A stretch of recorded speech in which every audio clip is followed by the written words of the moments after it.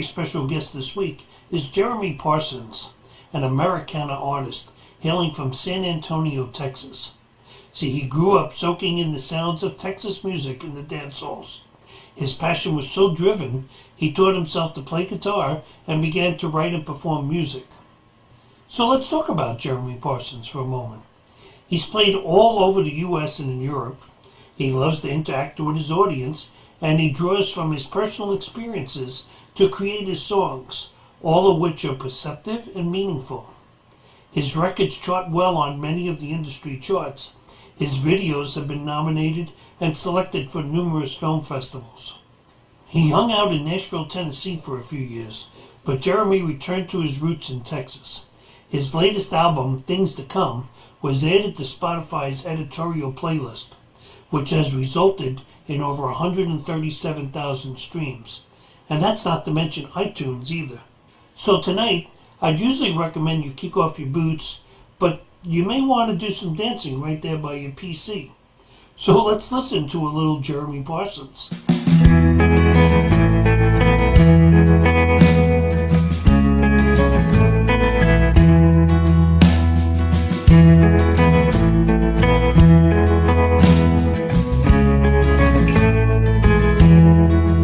He said, "Hey man, remember that one time?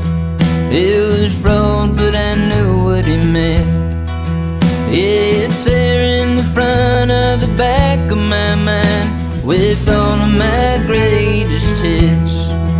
Yeah, those days ain't all California.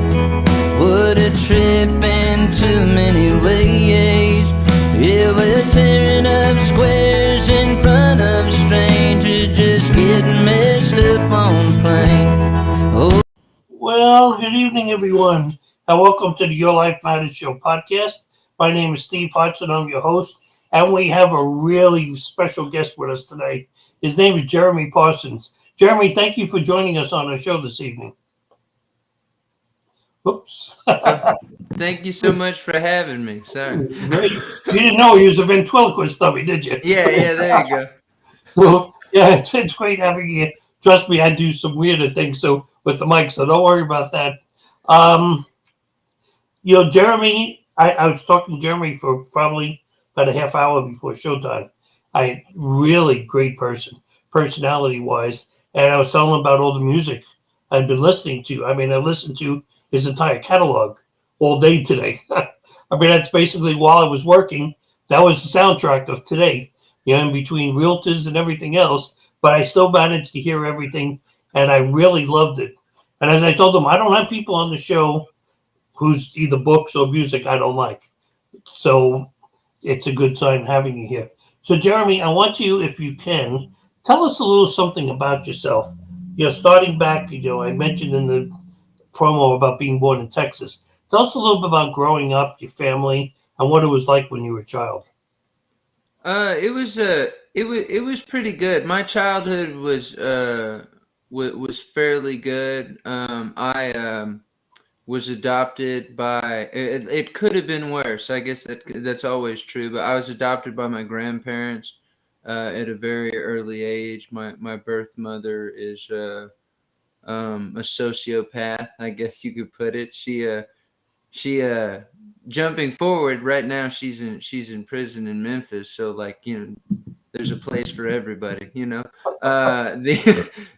yeah, the church has a lock and key. Okay. My grandparents were nice enough to take me in, and my dad ended up being my big key figure. And I always tell people everything you like about me comes from the way that my father, my dad's example. He's always been the best, and it was pretty cool. Like no one was really musically inclined. I guess my mom played like piano a little bit. We had a piano. My dad's mom played like music for like silent movies and stuff, but it was dad was in horticulture, and mom was just worked around the house, and it was fairly chill. I bounced around schools quite a bit. I went from public to private and back and forth, and I'm not really still sure why that is, because it got kind of confusing there for a little bit. But I had a lot Who of were you different. listening to when you were growing up? Uh, Mainly country. If I'm being honest, like it was a lot of George Strait, like a lot of George Strait in my house. Like there was even some days where I was allowed to like either be late to school or not go to school at all when a George Strait record came out. Wow. Yeah, we would go get it, and I like the old stuff. I always liked Hank Senior, and a lot of like the local guys. But Bob Wills was always very prevalent in the house, and the old Western swing, and any and then I got into Texas country in high school. Started listening to guys like my sister introduced me to a lot of that stuff. My sister Katie, like she was going to Pat Green, Jack Ingram, like all those shows, and I started going along, and I think that's really when I was like I think the bug started to develop. I don't know if it clicked in my head quite yet, but I would watch Pat Green and I was like, wow, I really like the way that he engages the audience. Like he doesn't make you feel like he's on stage in front of you. It's almost like he's part of the crowd as well. It's very cool. So I was already starting to pick up things from like, oh, that's how you it's just like having a conversation. You want people to feel involved. Um, but yeah, it was. I think Hank Senior would probably be the most notably the guy that made me want to pick up a guitar and even like try to write and try to sing. The first song I ever learned to play though was a George Strait song. I think it was "Baby's Gotten Good at Goodbyes" from the '90s, Mm-hmm. and I was all over the place on the timing. It was pretty bad, but it was enough for me to be like, oh, this doesn't sound like people were like, it's not bad, and I was like, I'll take it, you know. See, I know even like for myself, back in those days, it was Johnny Cash for Oh me. yeah, yeah, Believe it or not, I mean, I grew up, and I mean, I grew up in an Italian household. You know, my dad was an Irish cop, but you know, they were listening to the Beatles and stuff. But I remember watching Johnny Cash shows on TV, and I remember turning to my mom and said, "Can you get me one of those guitars?" She's like, "Well, you don't know how to play." I was like, "Watch me. Okay, get me yeah. one." I mean, no, everybody who played guitar at some point didn't know how to play All guitar, right. you know. Now, have you ever gone for lessons, or are you self-taught? When I was like probably I was young. I had to be like somewhere between 6 or 8 years old, but my parents tried to make me go to guitar lessons, but I was always a big outdoor kid. Like had Mm-hmm. nothing to do with sitting in a chair for 30 minutes to an hour indoors with a dude I didn't know in a tiny Mm-hmm. room. Like the exact opposite of where I wanted to be as a child. I did it enough with like being in class with teachers. It's like that was all you were getting from me. When I wasn't in class, I was going to be outside. Um, but yeah, so I never really got into it. But that starter guitar was sitting around the house when I decided when I was 17 that I was like that's my new hobby. And when I picked it back up again, and it was a garbage guitar, like, but it was enough to learn on. It was Mm-hmm. enough to break my fingers in, and that's really all you need to do. And I did that. Like I was 17. I would come home from high school. I would like run upstairs to my room. I would sit down on my bed and I would play that until supper time. And when I had eaten, I would go back upstairs, do it again, go to bed. Like I was hooked. And I don't really know where that momentum came from. It was just the right time for me. See, And I think it was good that you didn't go for lessons. Okay, and I know probably a lot of people are probably looking at me now and saying, "What is he talking about?" But I know for myself. I mean, my parents when I was young tried to send me to piano lessons. Okay, and they sent me to this Sister Stella. I'll never forget. It's a Catholic nun. Okay, an old nun, and the convent had all these little rooms downstairs with pianos in them, upright pianos. And she put it in the room. She said, I'll be back. Went down the rooms and everything else. And she came back to my room. And I said, hey, you need to hear something. And she goes, what? And I had picked out Hello, Dolly. Just said I was like 6 years old, 7 years old. And I sat and played the entire song for her. And the next thing I know, my ear was being dragged out. I was like, the hell did I do? Okay. And she called my parents, and they came, and I remember even hearing her say, I'm not going to teach him. And I was crying, and the little kid, traumatizing me, okay? It's like, what's going Yeah, on? But she said, he's got a talent, and I want him to develop his own talent. In other words, and that's what would have happened with you. I think if you would have played with a teacher, you would have picked up more of his or her style than you would of your own. absolutely. Yeah. I think I always recommend that too. It's the same with like singing. Like you're a lot of people, like when you start out, you find yourself kind of imitating who you want to sound like, who Mm-hmm. you idolize, and as you go and like as you grow, you start to feel something forming naturally. Either that or you like blow your voice out because you're singing wrong. But like best case scenario is that you it just starts to form and make sense to you, and you're like, oh, this is who I am. Like you chisel yourself out of the stone that is like someone else's influence. It's very cool, and I completely get what you're saying, because my guitar playing is extremely unique to me because I ended up teaching myself. Yeah, and teaching it's such a phenomenal thing because you start to get, especially when you go into writing, Oh you yeah. know what you can do, you know what you can play because it's inbred inside of you. Yeah. And what comes out on paper is absolutely astonishing. Okay, Yeah. whereas it's not the same. If I wrote a song for you, it wouldn't be the same as if I wrote that song for me because I know how I would do it, and you'll hear it and know how you would do it. So, Absolutely. yeah. Yeah. That is always kind of that's where you get a lot of like different versions of like I did always enjoy hearing, and a lot of the Texas writers would do this too. They would co-write a song together, and then both artists would put out their own versions of it, and it was Mhm. really cool to see those side by side versions. I did always dig that. So, if I remember reading, I researched the people really tightly.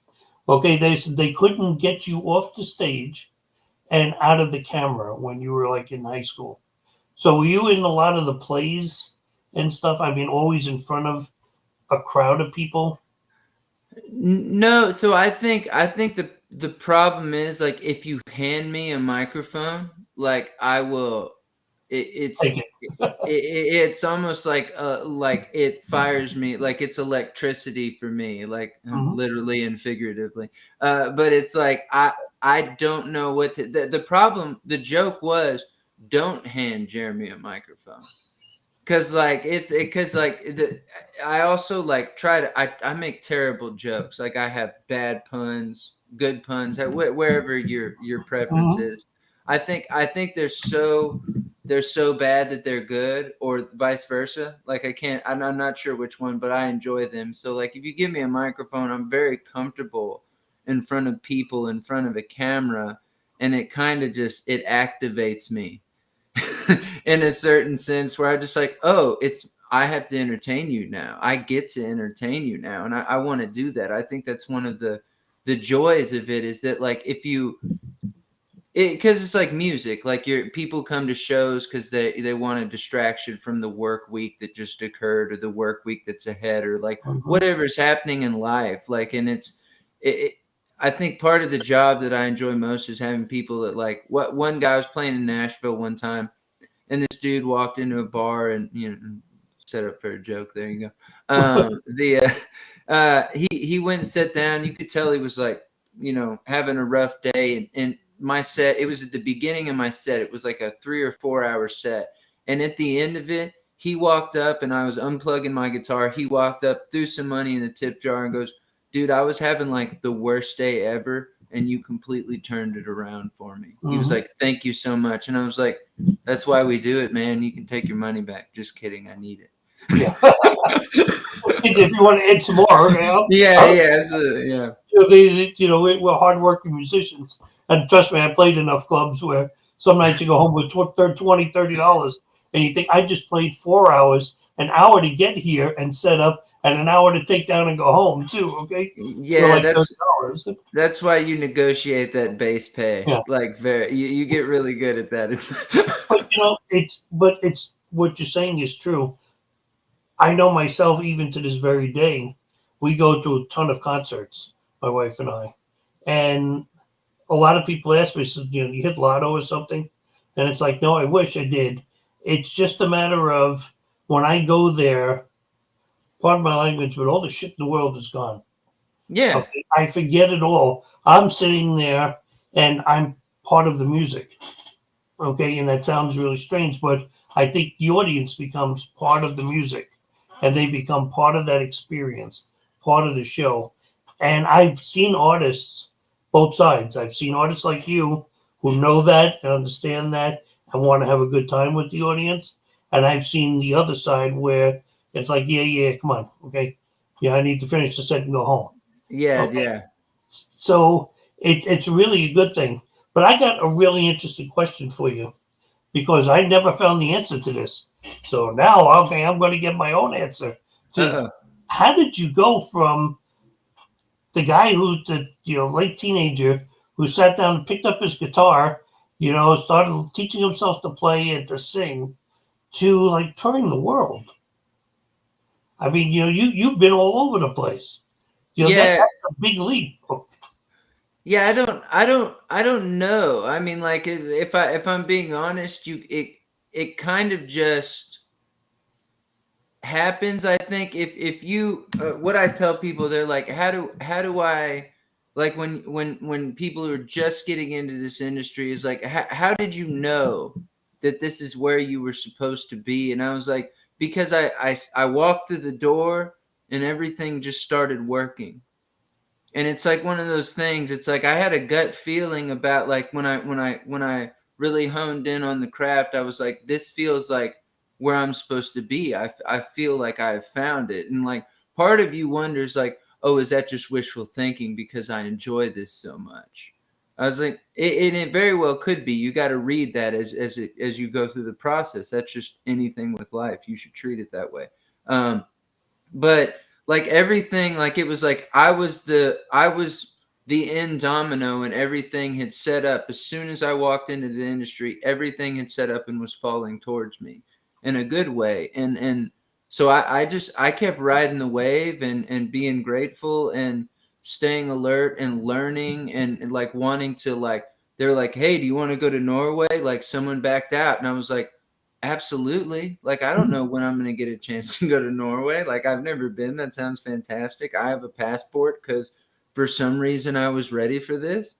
Um, but it's cool. Like, and I like to say, I like to treat it like, it's like you want to say yes to everything, but that's not the right way to do it. You want to say yes, To the uh, right.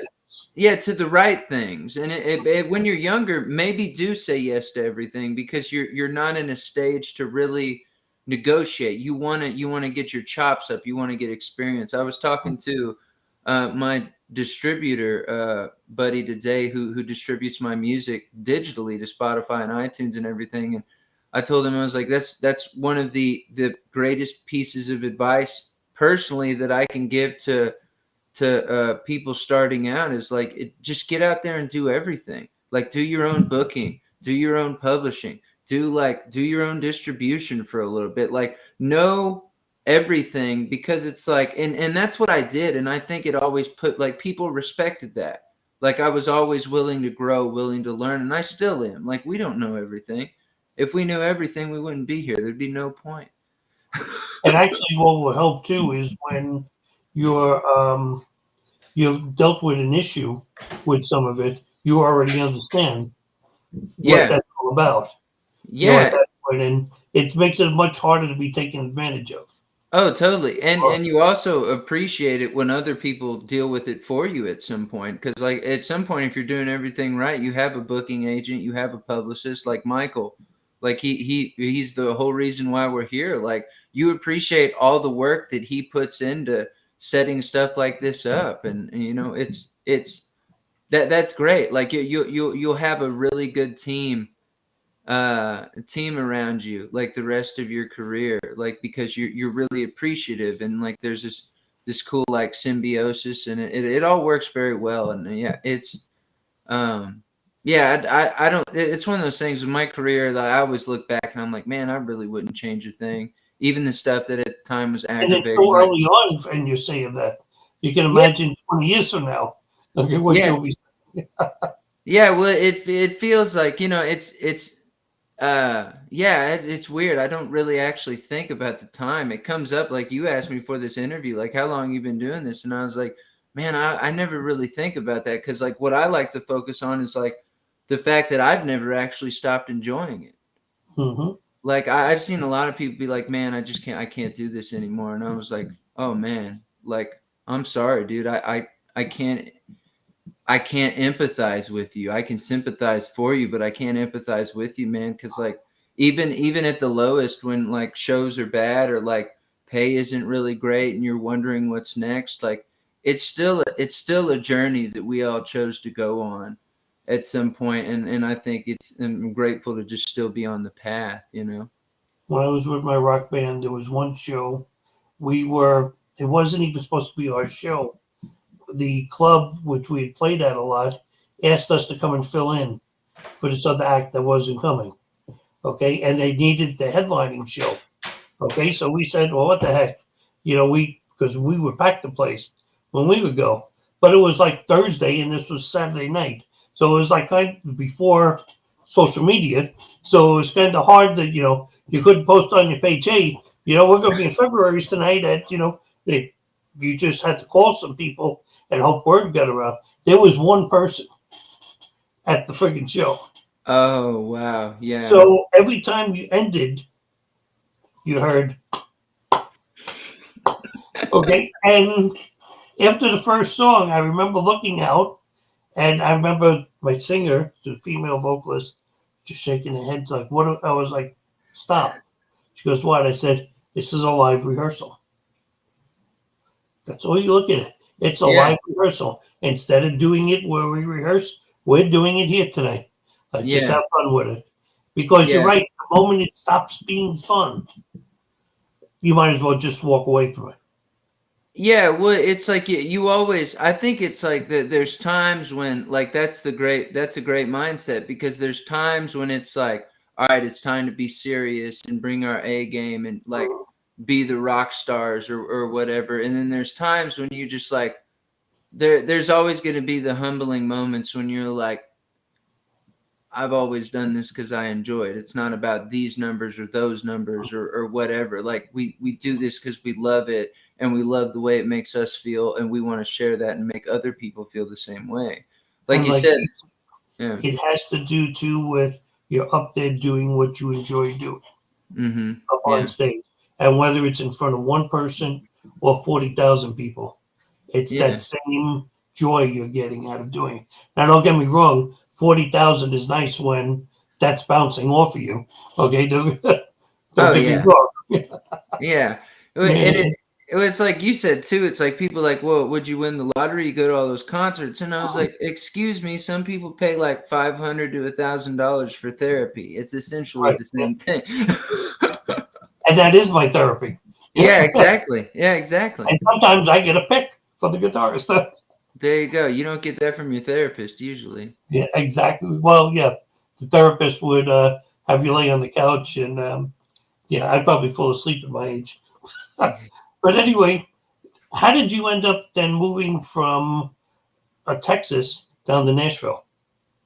So that was like, so I went to Nashville, and I'd gone twice. I went, and the first time I think was in the end of 2017, and then I went back in 2018 because they were having this like music camp, and I was like just wanted to know more about the industry ins and out, like more publishing and stuff. Like I'd read a few books, but like there was going to be panels with professionals. Like you see a lot of the things like done like that around the town, but it was on George Jones's property.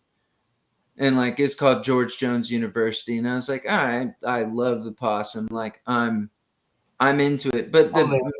the main draw for me was that also you paid for the conference, but you also got to take place in a competition before it began, where the winner, chosen by 3 judges, would get to open for George Jones in the city nearest to where they were from when Mm-hmm. he came through. And it was like me and 70 ish people. I think it was around that number. I don't know if I overshot it or undershot it. It was so long ago at this point. um and I won. Like, I literally, I'm one of those, like, I don't ever like to give myself credit for doing a good job. Like, I will be like, okay, I'm satisfied, but I never want to be like, I always try to like remain humble through situations. Like, there's no need to be cocky. Like, even confidence at a certain point is like, there's a certain amount that I will always allow myself to feel, but like, I always want to make sure that I'm noticing what I could have done better. And at Right. that time, I think I was a little like, if my dad was here right now, he'd be like, oh, absolutely, he was like too hard on himself all the time.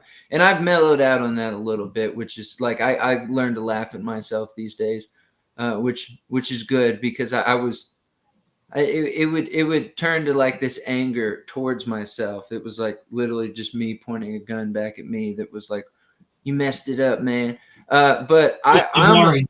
Your wife will just get married. Your wife will remind you every time you screwed up and not doing well. that's fair. That's fair. I might wait on that a little bit, but the not too long though.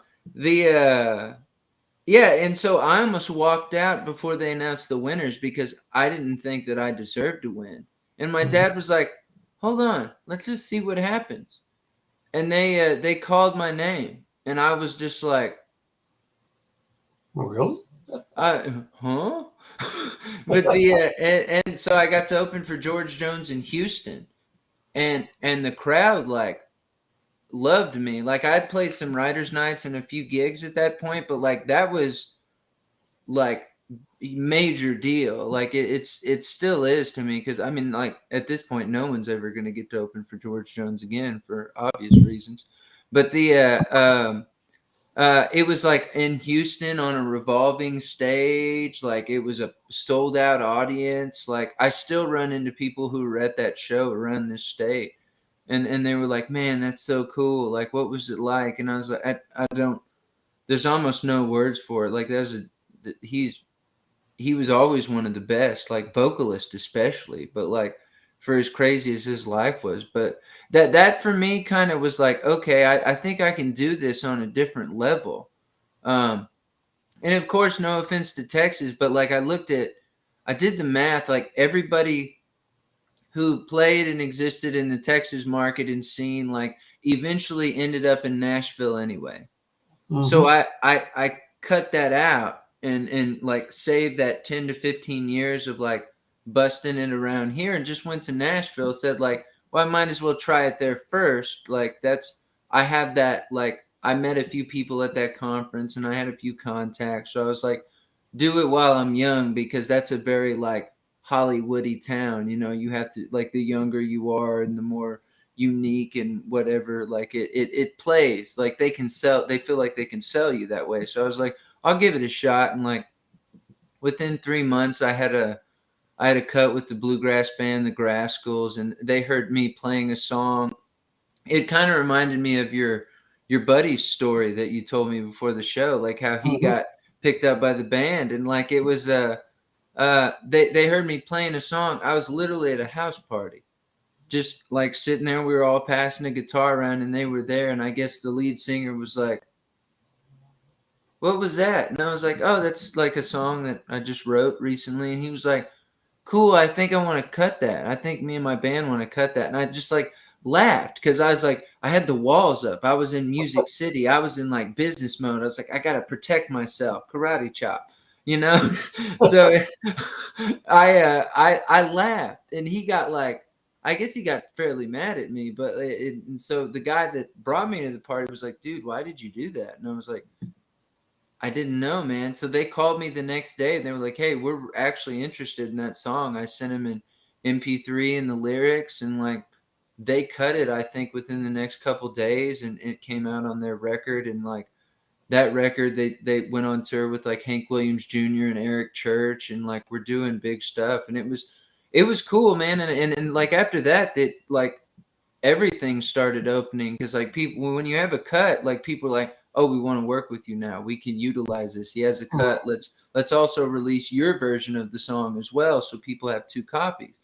And it was just a whirlwind, and mistakes were made, like money was spent that probably shouldn't have been spent, but like it was all trial and error. I knew nothing about that level of the business, and learned that a lot of people don't actually know much about that level of the business, and you gotta like learn to wade through the BS and stuff. And it was very enlightening for me, and I definitely uh, went on through that with like a new set of armor that was stronger than the one I came into town with. But it just seemed like the ideal choice for me to go to Nashville first, and it obviously was, because I have like lifelong friends from that city, and but it's also like when you move somewhere that you're not from, you also, I do at least, I had this realistic notion that like, well, honestly, when I moved to Nashville, I was giving myself like 8 to 10 months.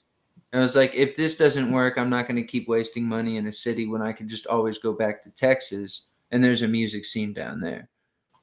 Um, but so like that was my plan, and I just ended up staying for 10 years. Because it like stuff just kept working. I kept like, when one thing would end and another door would open, and it just, the wheel kept turning as You soon didn't as. sign your soul away when you were Huh? down. You didn't sign your soul away, and you No, didn't sign your contract, your life away either on a contract while you were there. So that helped. yeah, I am one of the people that people still joke and like talk about, that I left like weirdly unscathed from all the stuff that I was like in and out of, which is very interesting. But I never burned bridges, or made specific waves.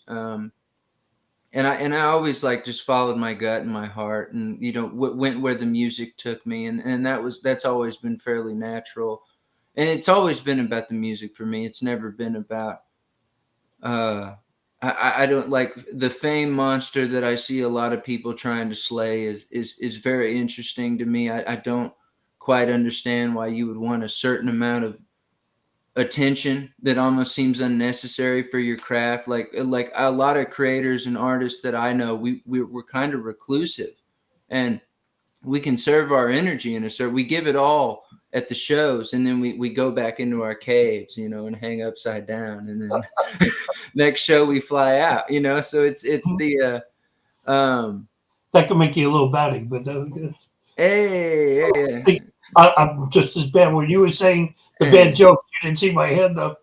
yeah, Okay, yeah, no matter yeah, what, it's yeah. like, yeah, I'm really bad on that too. But Well, no, I get what you're saying. But that's also good because that keeps you real.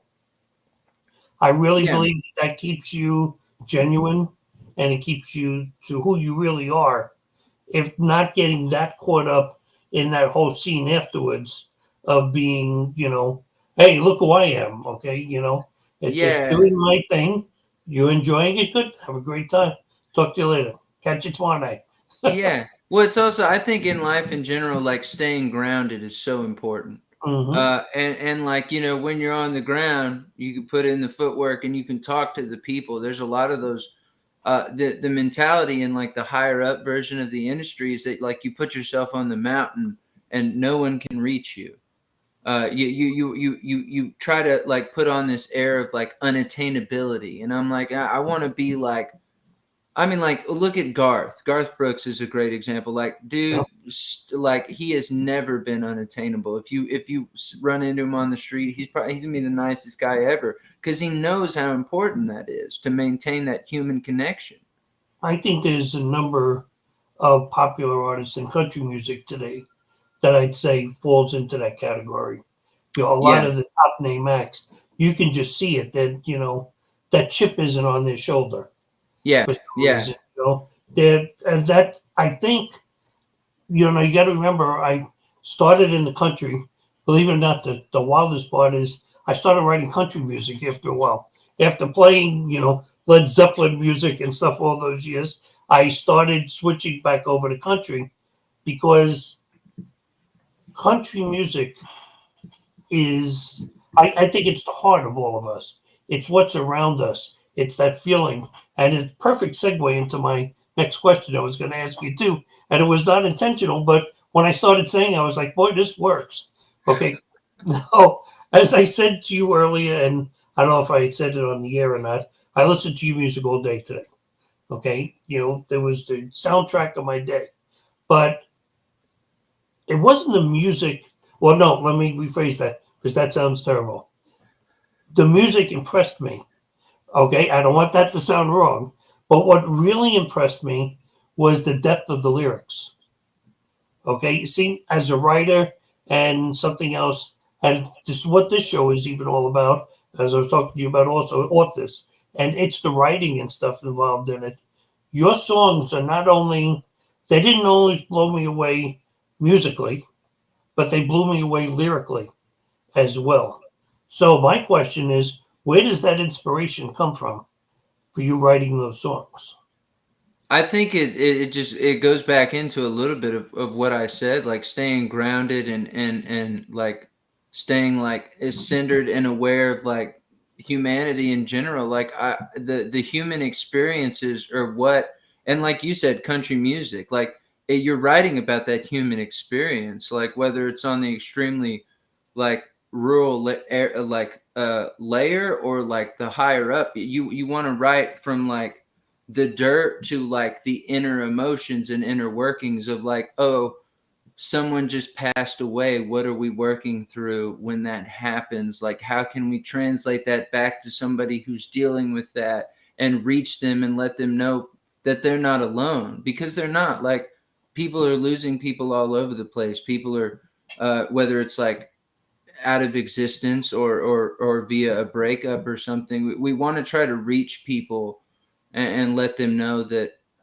we want to be that hand on their shoulder via the music in their ear. I think that's important to me, trying to find stuff that translate, like Things to Come, that was a part of the intro, was about I wrote that on the other side of like figuring out that I was an alcoholic and like all the stuff that I did in that time period, which also include a lot of drugs and stuff that I'm lucky that I emerged with most of my brain from a lot of that stuff. And but like instead of seeing it as like this negative dark cloud period, which a lot of it was in a certain capacity, but like I wouldn't be who I am now. I wouldn't like had those experiences, those patches, those badges, however you want to word it. Like I am me because I made it through that and made the choice to change my life for the better instead of, and because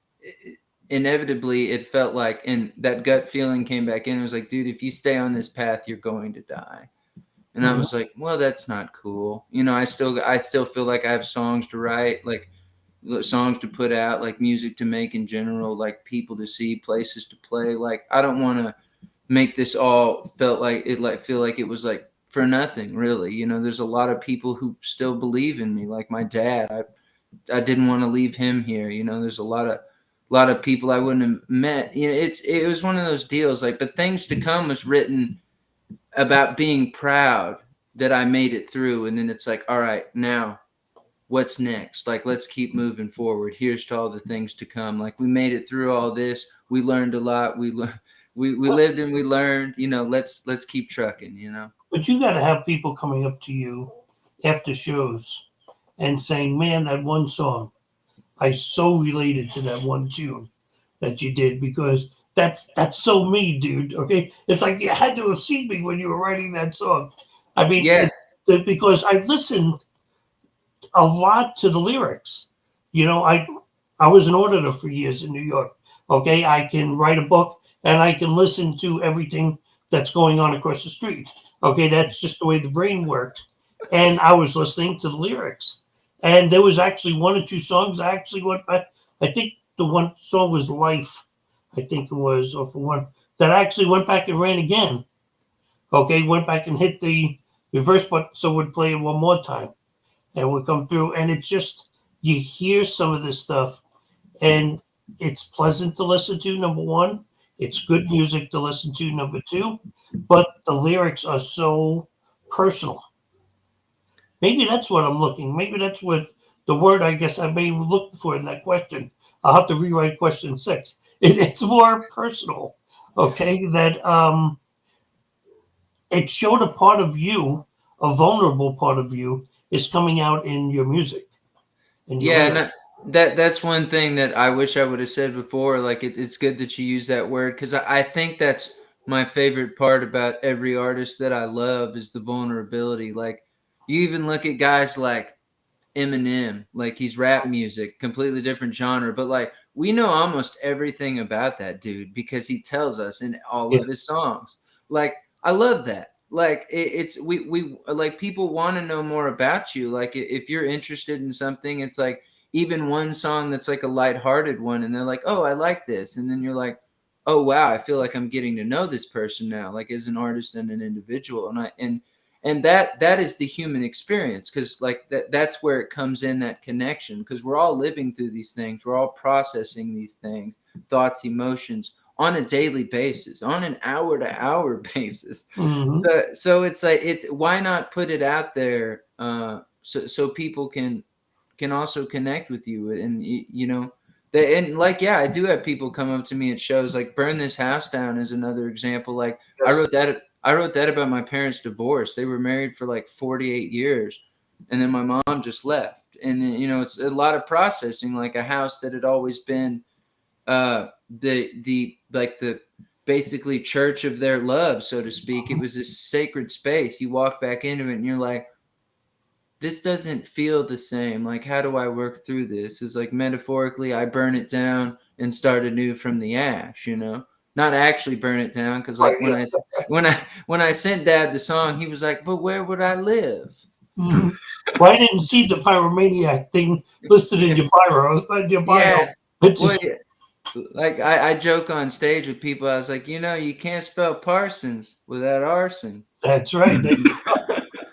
You see, laying okay, where my head goes, when you talk about Eminem and stuff, he lays everything out. That works really great, except for Taylor Swift, because nobody wants to date her anymore, because because they become the next hit. Okay, that she has, because she talks about all her relationships in Yeah, every one of her songs. So yeah. Well, that's his theme is like specifically his life. When you set your mold around like writing about like you know how someone broke up with you that you chose to date, and I was like, well, you kind of knew that was going to happen when you chose to date somebody. There's a 50-50 chance almost anything's going to yeah, work. but you don't go into a relationship looking at that other 50.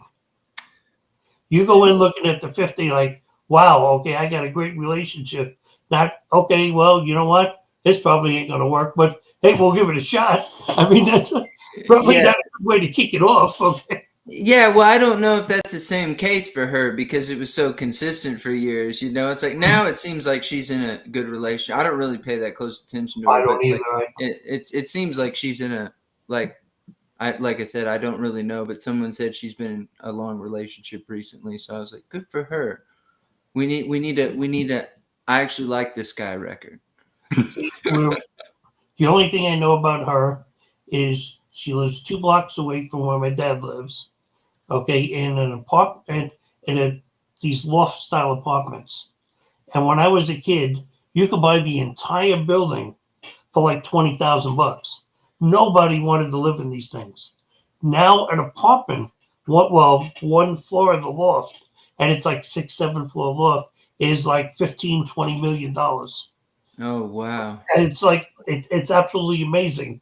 That's about the only thing I know about her is that she owns one of those lofts, and she pays like I think she paid like $10 to $20 million to live there, and it's like Yeah, well, I mean, that's what she's done extremely well, and I mean, like, if you don't listen or like her music, that it's, I think one thing that anyone can probably respect about her is like her platform as a business person in general is like fantastic. She does really well, And she puts uh, on a good persona too.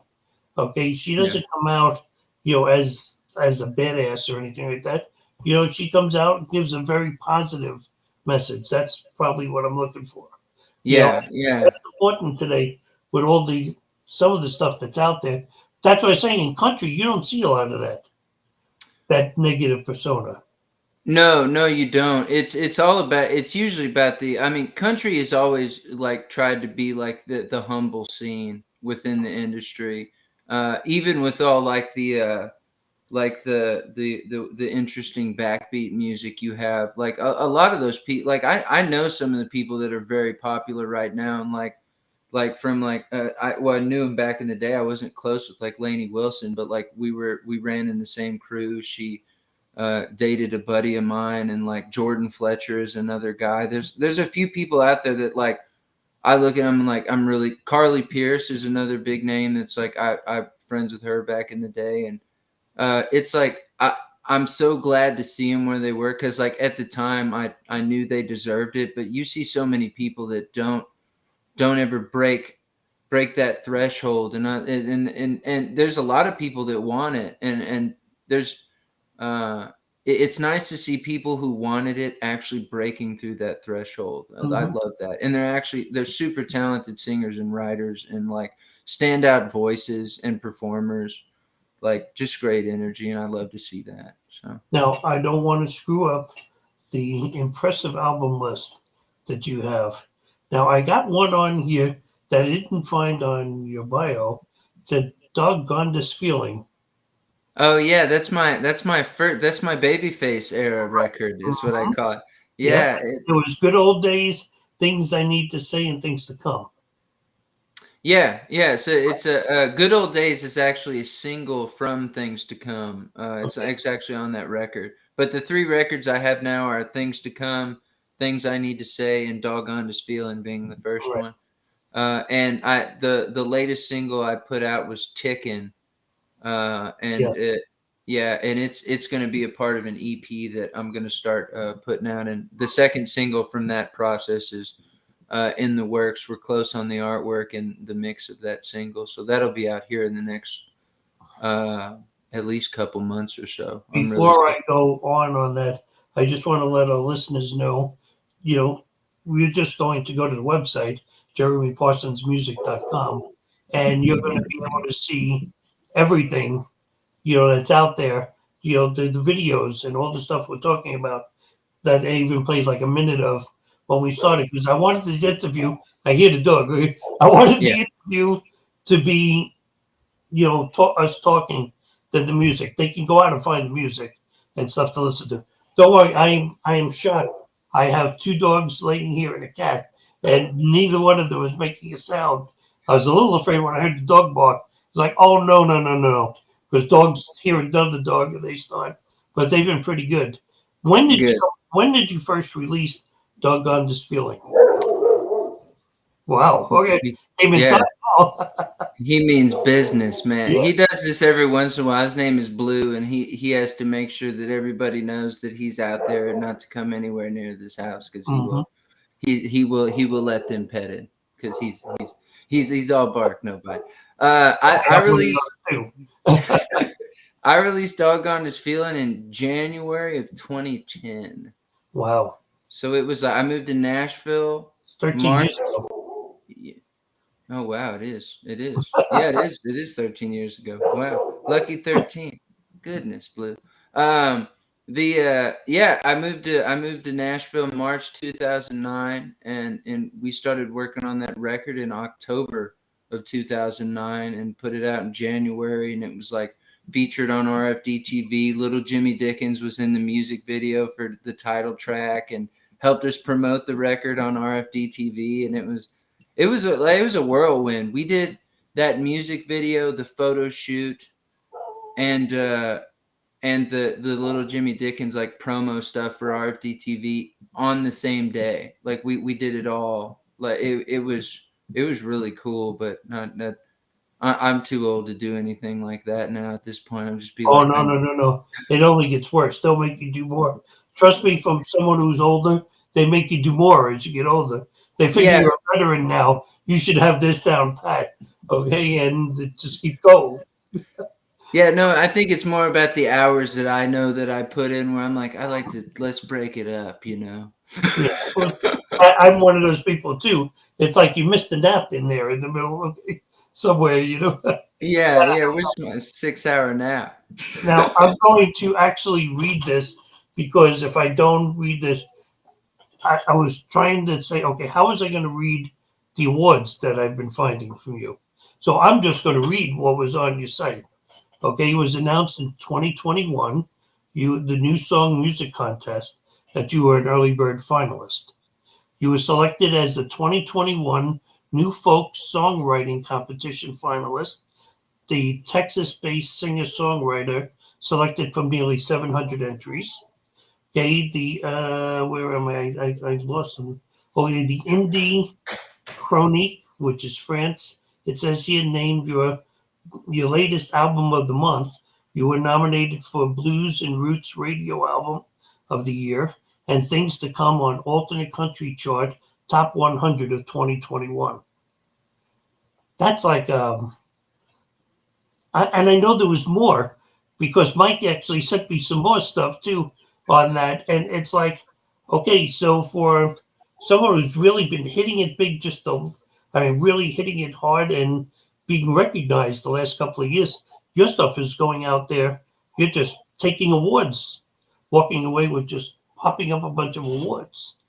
Yeah, and that's always been what's it's interesting about the awards. Like you always appreciate it, but it's like Uh-huh. you enter like I feel like the music segued with competition always feels like a competition segued with any art in general always feels kind of Wrong.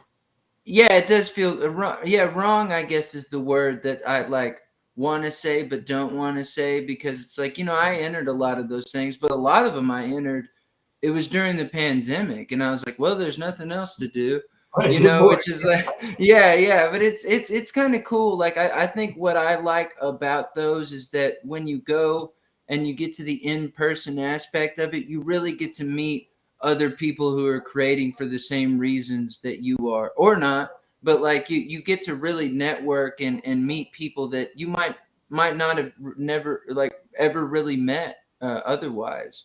You uh don't also know who's listening and watching that at the yeah, same time. That's absolutely, yeah, that's the big thing of all those. I know myself when we were doing web design. That's what I did for years. Okay, and they always say, "Oh, the Webmasters Association. You need to submit a bunch of sites for awards." It's like, no, they belong to my clients. They don't belong to me. These yeah, people paid me to design them for them. I didn't just sit around and say, "Gee, let me," like an artist, let me make a painting, and then enter the painting. Okay, that's somebody else's stuff, and I don't have time for that. For me, that wasn't just thing. But I can see musically, that's such a big thing because the bigger your resume, the better. yeah, yeah. And that it is you do have to kind of look at that way because like when you're pitching yourself to like especially like venues and stuff, they want to see numbers and accolades and things like that. So it doesn't not make sense, but I do kind of battle because I've chosen such the artistic path that it's like that's what I'm really here to cater to. But like all of that stuff is always flattering because just as if like one person says, hey, I really like your song, it's like I just got an award. Yeah, It's I was looking at the screen and I just realized looking at this, it's almost like I'm looking in the pane of one of your windows where you see where it's the bottom of the screen there. It's almost like I'm sitting in the pane of the window looking in. yeah, yeah, there you go. It threw me for a second there. I was like, what is that? Oh, okay, no, that's me. Okay. It's been a long day, trust me. Well, That's we talked hilarious. about websites, and I even mentioned JeremyParsonsMusic.com. What will people find if they go out there and take a look? They'll find like links to my new single, all the tour dates that I have posted, which I'm always updating that. Music videos, live performance videos. There's an EPK on there which has all the accolades and stuff. So Mm-hmm. if people are listening, they're like, "Oh, I want to book this guy." Like that's where you go. And you can contact me too. There's a contact deal. You can shoot me an email, and it goes straight to my personal email. So I'll bounce right back to you if you have any questions for me or want to know anything about the music business that I might know. That I always love to share that stuff with people because it's like, why are we learning if we're not sharing? You know? Well, it's funny Yeah. because you're playing, like even tomorrow night, you're playing, if I remember reading correctly, in a club somewhere. Yeah. I'm playing tomorrow and Saturday. I'm up towards Houston, so I'll leave tomorrow afternoon and do the 3.5 hour drive amidst the rainy, cold weather that we'll be having. Cold for Texas, that is. Yeah, Yeah. like what, 60 degrees, okay? I mean, Cold. it's getting down into the 50s. Come on now. Oh, okay. Wait a minute. I didn't learn how to play violin or fiddle. Right? So I can't help you on this one here because where I'm in Indiana right now, the high was 32 today. So Oh wow, your high was was was just at 32. freezing. Oh Yeah. wow. Okay. There was a Yeah. one point we were out today. I was outside in front of the house putting the garbage can back when, from the garbage pickup, and Yeah. it just slides next to my house. And I went and locked the door of my car, and I started up the 2 steps of my porch, and I heard this noise, and I turned around, and there was my garbage can. The wind had actually blown it up and down towards me, okay? And if I hadn't been there, God knows where it would have ended up down the road. And I was like, wow. Okay, really, folks? Okay. That's how strong the wind was blowing today. Oh And hence wow. when I say, I sold the house, it closes on Tuesday, I'm not that upset because I want out of here before the snow starts and everything else. Oh So yeah. Yeah, I bet. before I get off of this, what does the road lie ahead for Jeremy Parsons in 2023? I mean, what are your plans for this coming year coming up? I want to play new places, meet new people. Someone asked me what my resolution was, and I was like, man, to be honest, I have the same one every year. It's just like I keep going, keep growing, keep making, like keep putting out new products. So I got new music coming out, and uh, at least two new tracks coming out, and then probably into 2024 going to release the whole EP. And then after that, there's some more EPs on like lined up that we're going to start putting out singles for too. So it's about just keeping creating, keeping like on the road, keeping like seeing new faces and playing music for them, and it's already off to a good start. I've already booked some new venues for this year. I filled out for February like a couple days ago, and I'm already working on March, April, May, and stuff Mhm. starting to come in. So it's awesome. Like already got some dates for like June and July and August. So it's great. Like I want to see the, it's like the snowball effect. You want to see it keep gathering and building, and I feel like I've got good momentum, and I just want to keep at it, and that all, a lot of that leans on me, making sure that I'm not lax in like reaching out to venues and people, because at this point I'm my own booking agent, and I'm enjoying it, and You need the dog. The dog is louder than you as a booking agent. yeah, he's very, he's advertising Okay, for me right I now. want to play every Saturday for the next 3 months. Blue, make sure that when we get Yeah. on dates, Yeah, go up there and get our money, Blue. We have yeah, nothing paid yet. exactly. Yeah. Now, I also realized while we were talking that forget about Facebook. People can find you on Facebook as well, correct? Yeah, that's right. At Jeremy Parsons Music. Thank you, Blue. He said, yeah, that's right. It's Yeah. been verified. Thank you, me, for reminding you. Yeah, absolutely. He's like, good, And good you also call. you have a YouTube page as well. Don't you have a YouTube channel? Yeah. It's also Jeremy Parsons Music and Instagram as well. You can find me Jeremy Parsons pretty much everywhere. Try to Mhm. keep it the same across the board. And there's links to all that on my website as well. On your So website as just well. to make it But, easy. Yeah. you know, and I know he answers fairly quickly on Facebook because I sent him messages on Facebook. I got answers back 1, 2, 3. So I think Mike had given its first emails with each other, and it's like, man, people don't sometimes even look at their emails for days. Okay, Oh, it's like Facebook, we all there. I don't know why. You know, if I would have been investing in that, I would have been happily retired right now. Okay, because I find myself living like 3, 4 hours a day when I don't even want to be. But I use yeah, it for research for the shows and everything else because that's where I could go out. Okay, I may get certain pictures, but I want all of them. I want to go back to the pictures that nobody gave me. Okay, and I want to find videos and stuff that nobody gave me. We did a yeah. show on the Mothman by my friend Travis Short, and he did a documentary in like I think it was the early '90s. Okay, on the Mothman in Virginia, Ooh, cool. and I actually found his introduction on the web.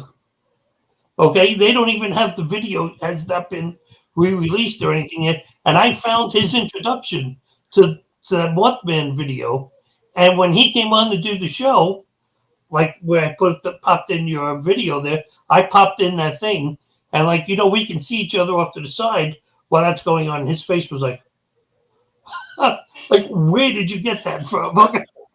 It's like, Yeah. yeah, I do my homework, okay? The Uh, guest, I want to know who my guest is. I want to make sure that everyone gets to really experience the cool person I knew you were. I could just tell by watching your videos, and when I started reading about how you talk with your audience and you make them feel like they're part of the show, I said, this is a great guy. I just had that feeling when I originally saw your videos and stuff, even before we actually met. Or Mike said, okay, here we go. Okay, I'll give you his info. I already knew just something about you that he's going to be a star. oh man, well I appreciate that. You're very kind Embarrassing and you now? Okay. huh? I said, am I embarrassing you now? I A didn't little bit. I wasn't trying to, okay?